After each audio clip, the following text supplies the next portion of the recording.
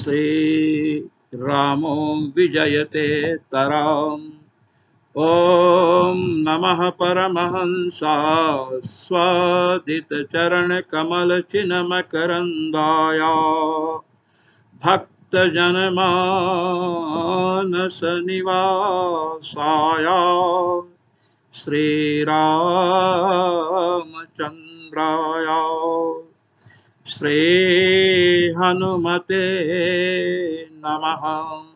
यत्र यत्र रघुनाथ कीर्तनं तत्र तत्र कृतमस्तकाञ्जलिं बाष्पवारि परिपूर्णलोचनं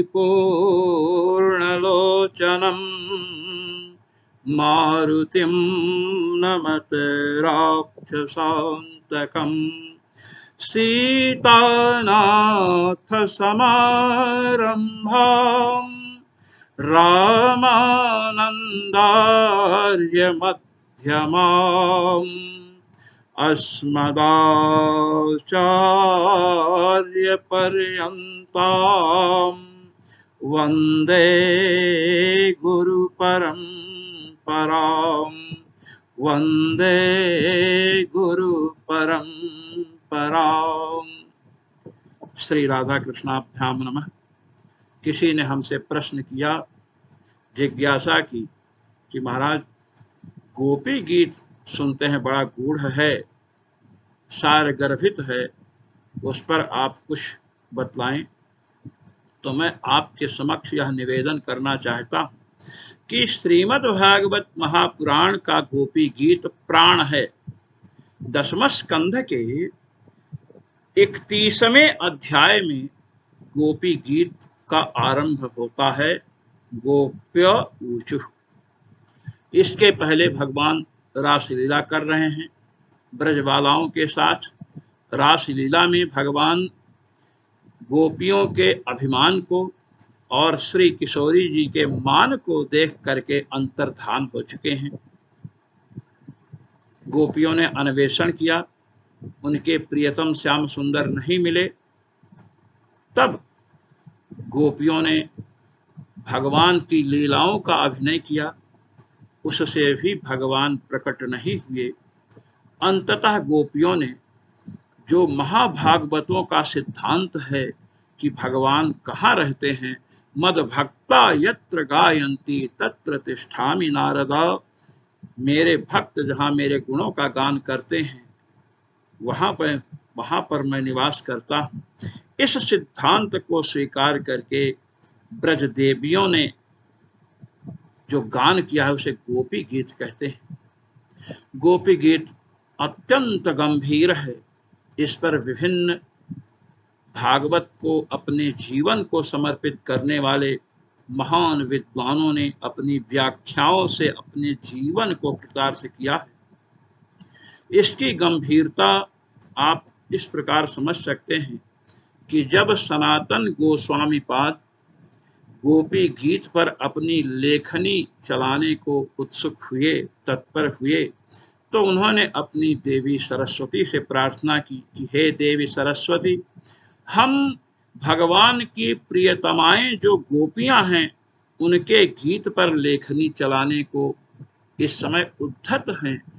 उनका रहस्य, उनका भाव कितना गंभीर है हम समझ नहीं सकते हैं, और भगवान की प्रियतमाओं के भाव को समझने के लिए आपको भी बहुत प्रयास करना पड़ेगा, इसलिए आप सावधान हो जाएं। सरस्वती को सावधान किया, वाणी की अधिष्ठात्री देवी को सावधान किया। अब हम आपके समक्ष गोपी गीत का प्रथम श्लोक प्रस्तुत कर रहे हैं, समस्त आचार्यों को नमन करते हुए। जयति तेधिकं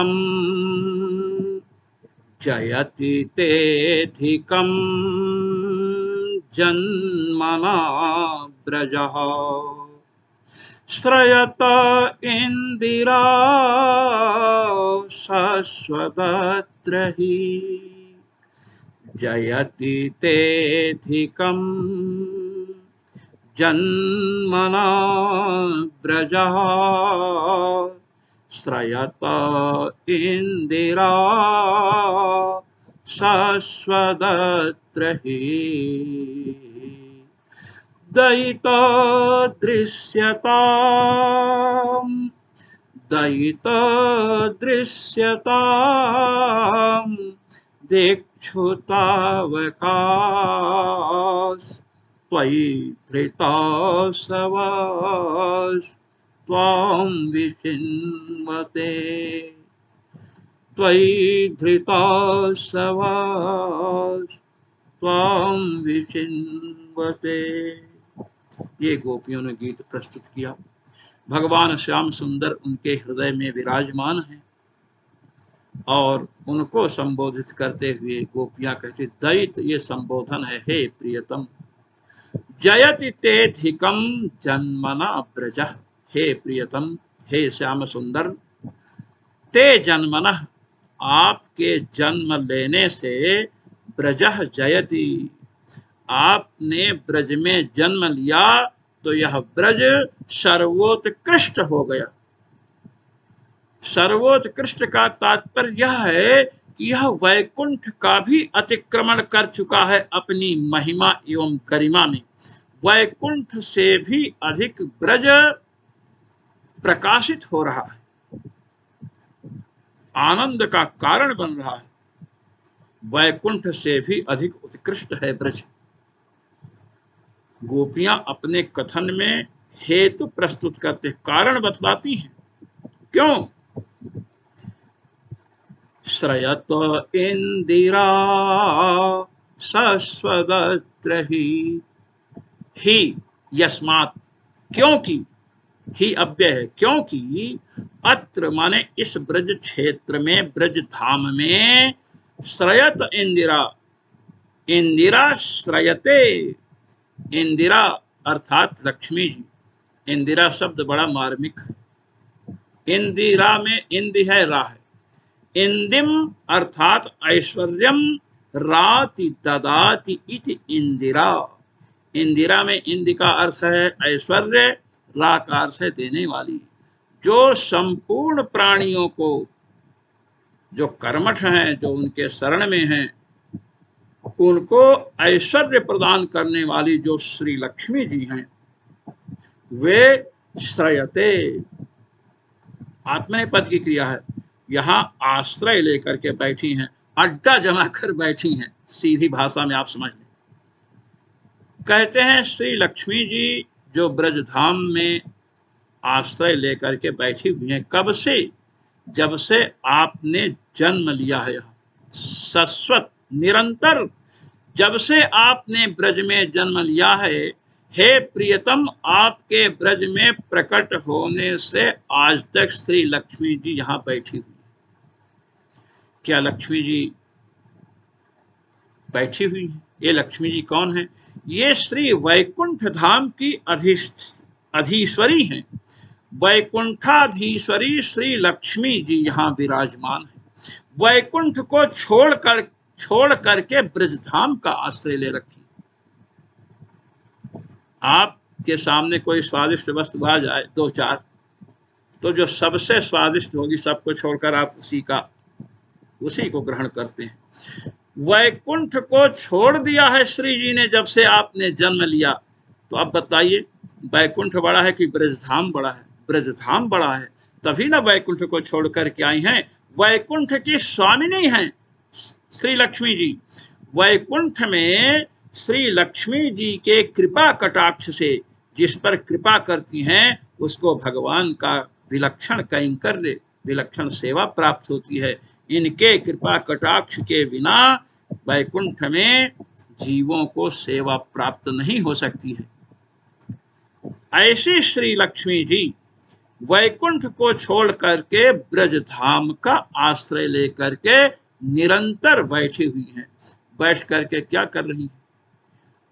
प्रतीक्षा कर रही हैं, आशा लगा करके बैठी हैं कि किसी गोपी की कृपा हो जाए हमारे ऊपर, तो श्याम सुंदर का कोई कैंकर्य प्राप्त हो जाए।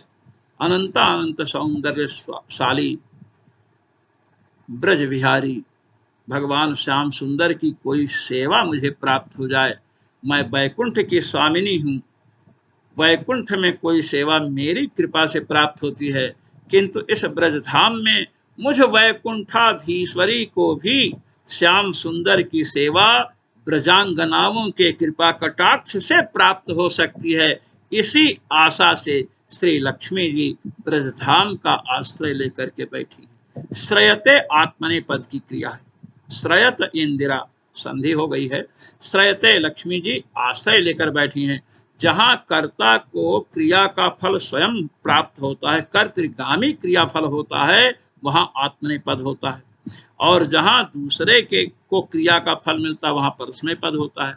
सीधी सी बात आप समझ लें कि जब हम किसी से कोई कार्य कराते हैं, महामृत्युंजय का जप कराए, ब्रह्म गायत्री का जप कराए, राम रक्षा स्तोत्र का पाठ विद्वानों को बुलाकर कराते हैं, हमारे लिए जब विद्वान संकल्प लेते हैं, करते तो वे हैं, हमने उनका वर्ण किया है, तो वे वहां पर करिष्ये संकल्प नहीं करते हैं, आत्मने पद की क्रिया नहीं बोलते हैं, वहां करिष्यामि परस्मय पद की क्रिया का प्रयोग करते हैं, जिससे हमारी क्रिया का, हमारे जप तप आदि का फल यजमान को प्राप्त हो।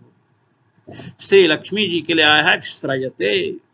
श्री लक्ष्मी जी ब्रज में जो आश्रय ली है, आत्मने पद की क्रिया है, अर्थात ब्रज धाम में लक्ष्मी जी के आश्रय का फल श्री लक्ष्मी जी को स्वयं प्राप्त होने वाला है। वह फल क्या है? गोपियों के कृपा कटाक्ष से ब्रजाधीश्वर श्री श्याम सुंदर की कोई सेवा मिल जाए। श्रयत इंदिरा सस्वदत्र ही निरंतर प्रतीक्षा कर रही, सेवा मिली नहीं है। अभी कहती हैं कि हम आपकी प्रियतमा गोपियां हैं, आपके लिए हमने सब कुछ छोड़ दिया और आप इतने निष्ठुर हैं कि आप अंतर्धान हो गए। दैत संबोधन करें, दैत दृश्यता, दैत दृश्यता दिक्षुतावकाश त्वयि धृता सवस त्वां विचिन्वते। हे दैत, हे प्रियतम, दृश्यताम देखिए, आपको योगियों ने परम पुरुष कहा है, आपने भी गीता में अपने को पुरुषोत्तम कहा है, और पुरुष सूक्त में पुरुष के कितने नेत्र बताए गए? सहस्राक्षः सहस्रशीर्षा पुरुषः सहस्राक्षः सहस्रपाद, हजारों नेत्र बताए गए। वहां सहस्र का अर्थ क्या है? अनंत।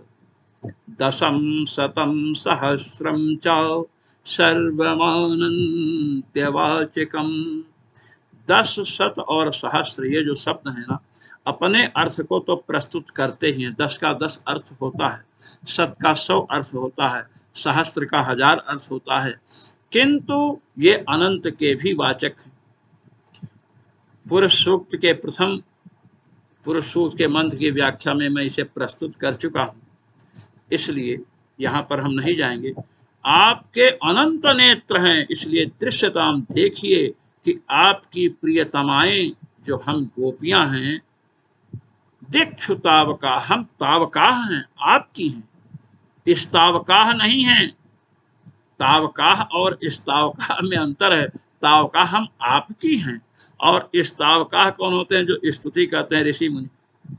ऋषि मुनि भगवान की स्तुति करते हैं, उनका संबंध उतना प्रभु से नहीं है जितना प्रेममयी गोपिकाओं का संबंध श्याम सुंदर से है। इसलिए कहती हैं, दैत दृश्यताम दिक्षुतावकाश, हम आपकी हैं, आप प्रियतम हैं, और जो प्रियतम होता है प्रीत की रीति समझता है। और हम कैसे हैं कि आप अंतर्धान हो गए हैं, और हम त्वाम विचिन्वते, हम आपको खोज रही हैं और आप दर्शन नहीं दे रहे हैं।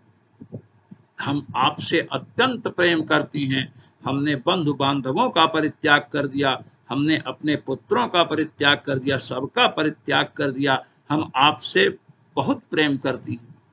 भगवान ने हृदय में कहा कि हमसे बहुत प्रेम करने वालों में दशरथ जी महाराज भी रामावतार में।